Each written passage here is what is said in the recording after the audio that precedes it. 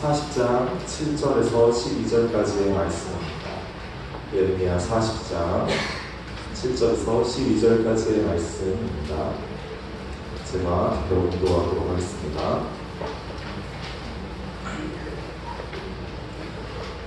들에 있는 모든 지휘관과 그 부하들이 바벨론의 왕이 아이감의 아들 그다랴에게 그 땅을 맡기고 남녀와 유아와 바벨론으로 잡혀가지 아니한 빈민을 그에게 위임하였다 함을 듣고 그들 곧 느다냐의 아들 이스마엘과 가랴의 두 아들 요하난과 요나단과 단훔의 세 아들 스라야와 느도바 사람 에베의 아들들과 마아가 사람의 아들 여사냐와 그들의 사람들이 미스바로 가서 그들에게 이르니 사반의 손자 아이감의 아들 그다랴가 그들과 그들의 사람들에게 맹세하여 이르되 너희는 갈대아 사람을 섬기기를 두려워하지 말고 이 땅에 살면서 바벨론의 왕을 섬기라. 이하면 너희에게 유익하리라. 보라, 나는 미스바에 살면서 우리에게로 오는 갈대아 사람을 섬기리니 너희는 포도주와 여름과일과 기름을 모아 그릇에 저장하고 너희가 얻은 성읍들에 살라 하니라. 모압과 암몬 자손 중에 에돔과 모든 지방에 있는 유다 사람도 바벨론의 왕이 유다에 사람을 남겨둔 것과 사반의 손자 아이감의 아들 그다를 그들을 위하여 세웠다함을 듣고 그 모든 유다 사람이 쫓겨났던 각처에서 돌아와 유다 땅 미스바에 사는 그다랴에게 이르러 포도주와 여름 과일을 심히 많이 모으니라. 아멘. 네, 오늘 말씀은 다시 미스바로 라는 제목으로 선포될 예정입니다. 다시 본문의 배경 상황에 대해서 먼저 설명을 드려야 될 것 같습니다. 전쟁이 있었습니다. 예루살렘을 둘러싼 바벨론 군대들의 공격이 있었습니다. 예레미야 39장 1절에서 2절 말씀을 제가 읽어보겠습니다. 유다의 시드기야 왕 제9년 열째 달에 바벨론의 느부갓네살 왕과 그의 모든 군대가 와서 예루살렘을 에워싸고 치더니 시드기야의 제11년 넷째 달 아홉째 날에 성이 함락되니라. 예루살렘이 함락되네. 예루살렘은 버텼습니다. 견고한 성벽을 믿고 그 안에 군사들을 믿고 언젠가 저 강대한 바벨론 군대를 무찔러줄 애굽의 원군이 올 것을, 이집트 파라오의 원군이 올 것을 기다리며 기대했습니다. 하지만 봄에 시작된 그 공성전은 여름까지 이어졌습니다. 늦겨울에 시작된 그 공성전은 여름까지 끝나지 않았고 그 기간 동안 애굽의 원군이 오지 않았습니다. 이집트의 왕 파라오는 이스라엘을 버렸습니다.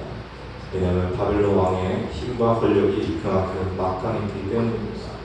결국 예루살렘은 무너졌습니다. 예루살렘의 성전은 불타고 왕은 그 두 아들을 눈앞에서 참수당한 것을 보았으며 그 두 눈이 뽑혀서 포로로 끌려가게 되었습니다. 왕만 끌려간 것이 아니라 지혜 있는 자, 쓸모 있는 사람들을 바벨론은 모두 사로잡아 그 땅 가운데서 벗어나게 만들어버렸습니다. 이제 이 이스라엘에 남은 것이 없어졌습니다. 그 어떤 인프라도 그 어떤 인력도 남지 않게 되었습니다. 이제 남아있는 사람들은 생산성이 없는 사람들, 남겨놔도 바벨론 이 왕국에 도저히 위협이 되지 않는 사람들만 남게 되었습니다. 그리고 바벨론 왕은 그들을 위해서 한 사람의 총독 그다랴를 세웠습니다.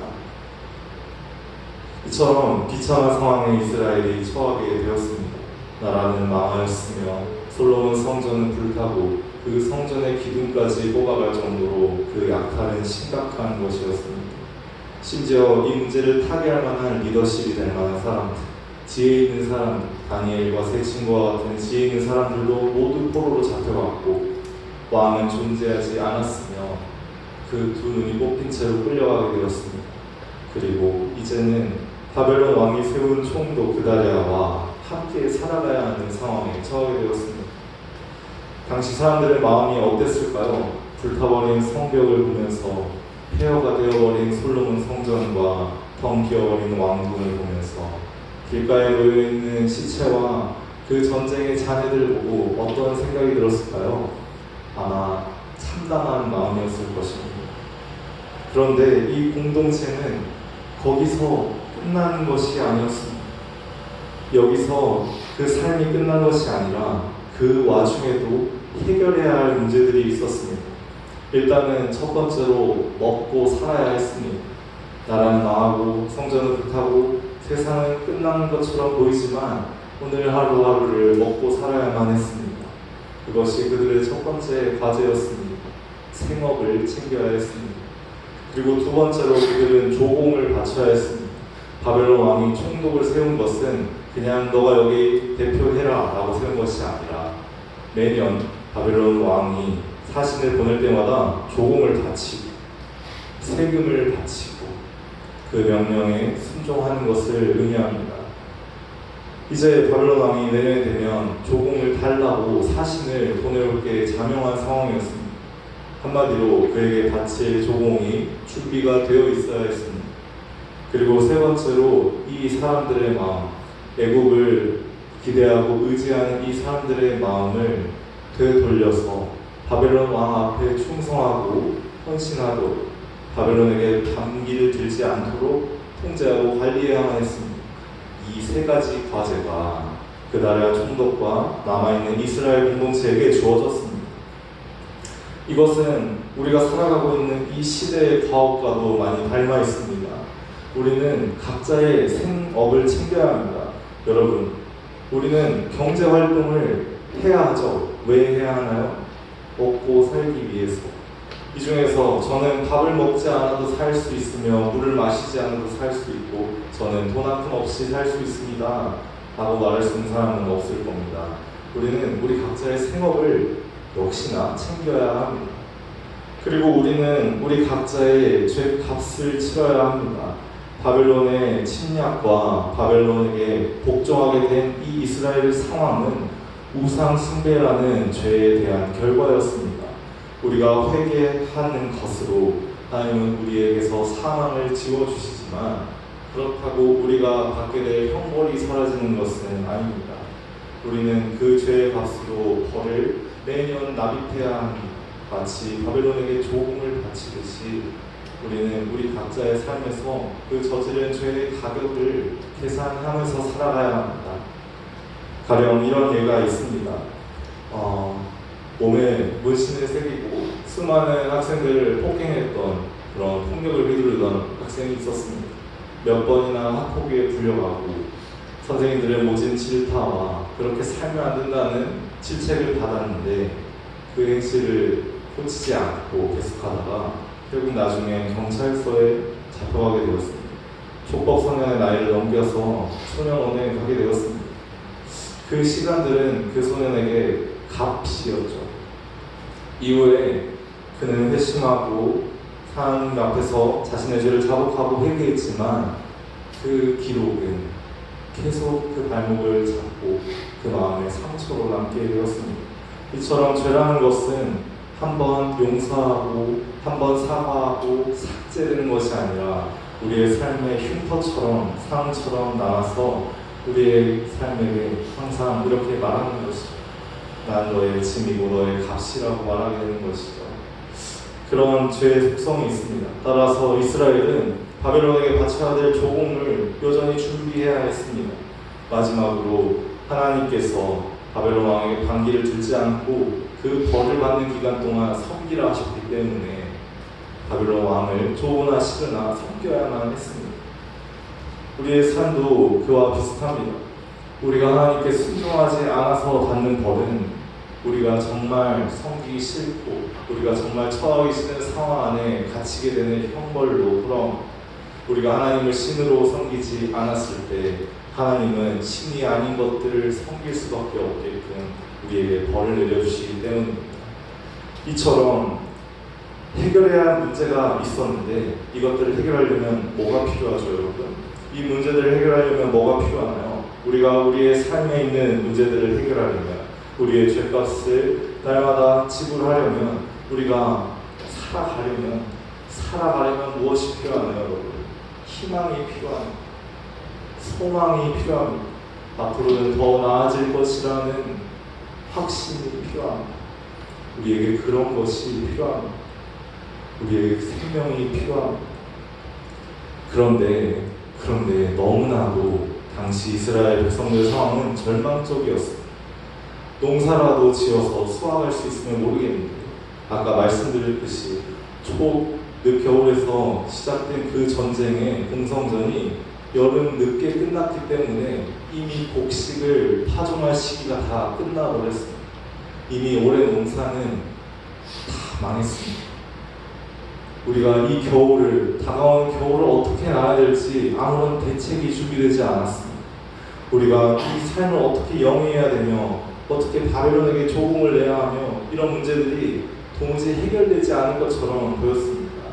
그래서 사람들은 미스바로 모였습니다.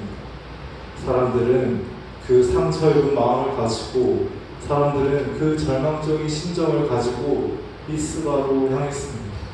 잘 모르겠는데 내 인생이 어떻게 될지 잘 모르겠고 나는 커서 어떤 어른이 되어야 될지도 잘 모르겠고 나는 나중에 어떠한 삶을 살아야 될지도 잘 모르겠는데 일단 미스바로 가보자. 미스바로 가보면 답이 있을 것 같아 하고 미스바로 나아갔습니다. 이 미스바는 이스라엘의 역사를 관통하는 장소였습니다. 이 이스라엘은 사사들이 하나님의 그 강력한 힘을 받아서 전쟁을 승리하고 사무엘 선지자가 놀라운 기적을 행하며 하나님께서 이스라엘을 도와주셨던 장소입니다. 그곳에서 주님 앞에 회개할 때, 그곳에서 주님의 이름을 부를 때 놀라운 기적적인 역사들이 일어났었습니다. 폐허가 된 예루살렘을 뒤로 한 채 사람들은 미스바로 걸어갑니다. 폐허가 되어버린 나의 삶을 뒤로 한 채 사람들은 교회를 향해서 다가갑니다. 그곳에 하나님의 특별한 임재가 있지 않을까, 그곳에 하나님의 특별한 역사하심이 있지 않을까, 그런 기대함을 가지고 찾아갑니다. 그곳에 그날의 총독과 수많은 사람들이 모였습니다. 그날의 총독은 그들에게 이렇게 말합니다.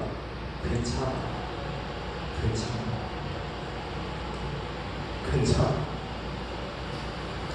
우리는 앞으로 잘하면 돼. 괜찮아. 너무나 힘들었지만, 너무나 고통스러운 상황이 많았지만 괜찮아. 앞으로 잘하면 돼. 우리 곡식도 파종 안 했어요. 종국님, 우리 아무런 희망도 소망도 없어요. 우리 집 다 불에 타서 무너졌어요. 우리 가진 게 아무것도 없어요. 내년이면 조공을 받으러 올 건데 우리 이제 어떡하죠? 괜찮아. 나는 여호와 하나님을 섬기겠어. 나는 여호와 하나님께 예배를 드릴 거야. 그러니 우리는 괜찮을 거야 라고 말합니다.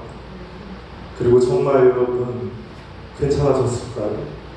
이 그날의 총독의 말은 굉장히 무책임해 보이기도 합니다. 나는 여기 살면서 바벨론 사람들을 섬길 거야. 하나님이 명령하신 그들, 나는 여기 살면서 내 삶을 계속 살아갈 거야 라고 하는 이 말은 굉장히 힘이 없고 아무 의미가 없어 보였지만 그는 이렇게 말합니다. 우리에겐 과일이 있잖아. 과일. 가서 포도와 감람나무의 그 올리브 열매들, 그 무화과 나무들을 한번 살펴보자. 우리가 거기에서 걷어보자. 우리가 추수할 곡식은 없지만, 우리가 먹고 살아갈 곡식은 없지만, 우리가 심지 않은, 우리가 뿌리지 않은 그 나무들을 확인해보자. 그리고 사람들이 그 말을 듣고 각자의 자리에서 포도나무를, 무화과나무를, 그 감람나무, 올리브나무를 찾아갔을 때 그곳에는 아주 많은 열매가, 정말 기대하지도 않았던 그 엄청난 열매가 무성하게 달려 있었습니다. 여러분, 하나님은 죄악의 땅에서 생명의 결실을 맺어내시는 기적의 하나님입니다. 여러분, 하나님은 죄악의 백성들에게 생명의 양식을 주는 긍휼의 하나님이십니다. 오늘 성경 말씀은 분명하게 이렇게 증거하고 있습니다. 그 모든 유다 사람이 쫓겨났던 각처에서 돌아와 유다 땅 미스바에 사는 그다라에게 이르러 포도주와 여름 과일을 심히 많이 모으니라. 심히 많이 모았습니다. 그들의 삶을 걱정하지 않아도 될 만큼, 내년에 바쳐야 할 조공을 걱정하지 않아도 될 만큼 앞으로의 인생을 살아갈 소망을 얻은 것입니다. 여러분, 우리가 처한 우리 삶의 현실은 자꾸만 우리에게 포기하며 굴복할 것을 요구합니다. 자꾸만 우리의 신앙을 버리고 하나님을 예배하지 말라고 요청합니다. 하지만 우리는 그럴 때일수록 미스바로 돌아가야 합니다. 하나님이 나를 부르시고 하나님이 나를 자녀로 삼으시고 하나님이 나를 사랑하신다 말씀하셨던 그 역사의 자리로, 그 예배의 자리로 우리는 돌아가야 합니다. 우리가 그 자리에 돌아가면 우리는 알게 될 것입니다. 나의 삶 속에 내가 땅바닥을 쳐다보며 눈물을 흘렸기 때문에 참아보지 못했던 수많은 열매들이 있다는 것, 수많은 그 포도나무의 열매들과 수많은 무화과나무 열매들과 수많은 올리브나무 열매들이 나를 기다리고 있다는 것을 우리는 알아야 합니다.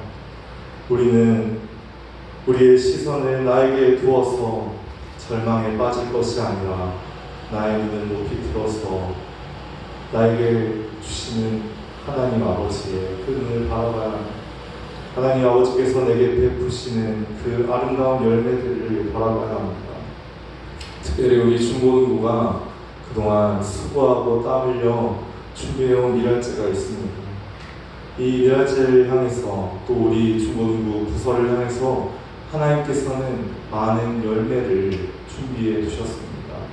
하나님께서는 우리에게 많은 은혜를 예비해 두셨습니다. 우리는 단지 눈을 들어서 그것을 보고 그것을 손으로 취하여 많이 모으기만 하면 되는 것입니다. 여러분, 그 아름다운 열매들은 수확할 시기가 지나면 얻을 수가 없습니다. 아무리 많은 포도나무 열매가 있고 아무리 많은 무화과나무 열매가 있고 아무리 많은 올리브나무 열매가 있더라도 그 포도를 따서 발로 밟아서 포도주를 만들지 않으면, 그 무화과나무를 따서 말려서 뭉치로 만들지 않으면, 그 올리브나무를 그 열매를 따서 기름을 짜지 않으면 그것은 저장할 수가 없습니다. 시간이 지나면 벌레가 꼬이고 썩어서 땅에 떨어지게 될 것이며 그것을 먹을 수 있는 사람은 없을 것입니다. 여러분, 이 은혜의 자리에 미스바에 나온 것은 여러분 삶의 아주 중요한 일입니다. 이제 각자의 삶의 현장으로 돌아갈 때 여러분 그 현장에 예비해 두신 하나님 아버지의 귀한 열매들, 그 무엇보다 귀한 주님의 생명들을 우리가 되찾아올 때가 되었습니다. 길 잃은 양을 찾아올 때가 되었습니다. 우리에게 주시고자 하는 그 은혜의 미래, 그 다가오는 미래에 우리가 발을 들일 순간이 되었습니다. 우리가 오늘의 예배를 마치고 다시 이 월요일 되어서 삶의 현장으로 돌아갈 때 여러분의 소중하고 사랑스러운 그 학교 친구들, 학원 친구들, 그 주변 사람들에게 생명을 주세요. 그들에게 희망을 주세요. 가장 억울하고 가장 가난하고 가장 상처받은 사람들에게 여러분이 복음을 주었으면 합니다. 그것이 그들을 살게 할 것이며 그것이 그들을 변화시킬 것입니다. 여러분, 저는 어떤 학생도 두려워하지 않고요. 저희 선생님들은 그 어떤 학생도 감당할 준비가 되어 있습니다. 그 누구를 데려와도 괜찮습니다. 여러분이 정과자를 데려와도, 동성애자를 데려와도, 악마 숭배자를 데려와도 하나도 무섭지 않습니다. 우리가 충분히 감당할 만합니다. 그러니 여러분, 복음 전하는 일에 두려워하지 말고 주저하지 마시고 심히 많이 거두시길 바랍니다. 오늘의 말씀을 이것으로 마무리하겠습니다. 그리고 우리가 한 찬양을 같이 불렀으면 좋겠는데요. 또 하나의 열매를 바라시며 라는 찬양입니다. 하나님은 우리를 한 줌의 씨앗으로 이 땅 가운데 보내시고 이 땅 가운데 심으셨습니다. 죄악이 가득한 땅에서 싹을 틔우고 아름다운 나무로 성장하게 하셨습니다. 우리 안에서 맺혀질 그 아름다운 성령의 열매들을 또 하나의 새로운 생명과 씨앗을 기대하시고 계십니다. 우리 각 사람이 이 찬양을 부를 때 그 가사의 내용을 묵상하며 나를 향하신 하나님 아버지의 그 선한 뜻을 돌아보는 시간이 되었으면 좋겠습니다.